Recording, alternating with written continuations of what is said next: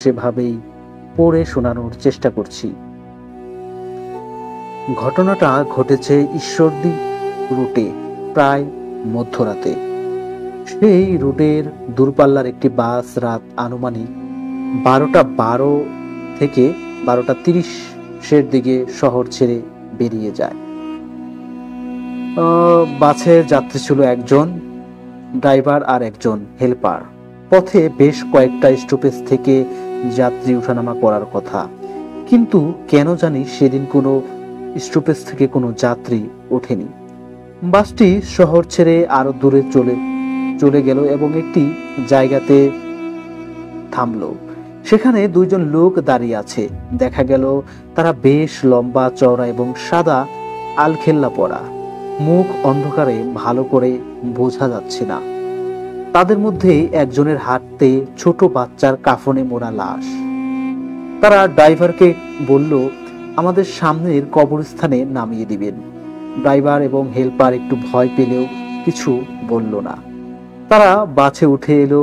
তখন মনে হলো বাসে বেশ মিষ্টি একটা গন্ধ ছড়িয়ে পড়েছে। রাতের বাস, তাই লাইটগুলো সব অফ করা। ড্রাইভারের কাছে বাসটা বেশ ভারী হয়ে গেছে বলে মনে হলো। যতই স্পিড বাড়ায় বাস আর তেমন এগোয় না। অদ্ভুত লোকগুলো সারা বাসে এত জায়গা থাকতে গিয়ে বসলো একদম পিছনের সিটে। বাসের অন্য তিনজনের ততক্ষণে কাহিল অবস্থা, ভয় যেন সিটের সাথে আটকে গিয়েছে, নড়াচড়া করতে পারছে না। হঠাৎ মনে হলো পিছনের সিটে থেকে কড়মড় করে হাড় চাবানোর শব্দ আসছে। তিনজনের বুঝতে আর বাকি থাকে না যে এরা সাধারণ মানুষ না, এরা অন্য কিছু। তারা বাচ্চাটাকে শান্তিতে খাওয়ার জন্য এই নির্জন বাসে উঠে এসেছে। অনেকক্ষণ পরে বাসটা অবশেষে কবরস্থানে এসে পৌঁছালো। তখন ড্রাইভার তাদেরকে নেমে যেতে বলল। সেই একমাত্র যাত্রীটা এরই মধ্যে নিজের সিট ছেড়ে ড্রাইভারের পাশে দরজার কাছের সিটে এসে বসেছে। তার এবং ড্রাইভারের মধ্যে কোনো কথা হয়ে থাকতে পারে, ঠিক জানি না।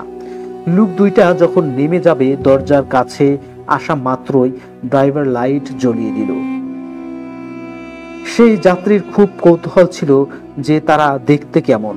তখন দেখা গেল তারা মানুষের মতোই দেখতে, কিন্তু চোখের জায়গায় বিশাল বড় বড় গর্ত। সেটাই তাদের অশরীরী ভাবটা ফুটিয়ে তুলেছে।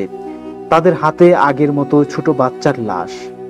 তারা সেই যাত্রীর দিকে তাকিয়ে বলল, তোর মায়ের বুকের দুধের অনেক তেজ, তাই আজকের মতো বেঁচে গেলি। এই বলে তারা কবরস্থানে নেমে গেল। তো এই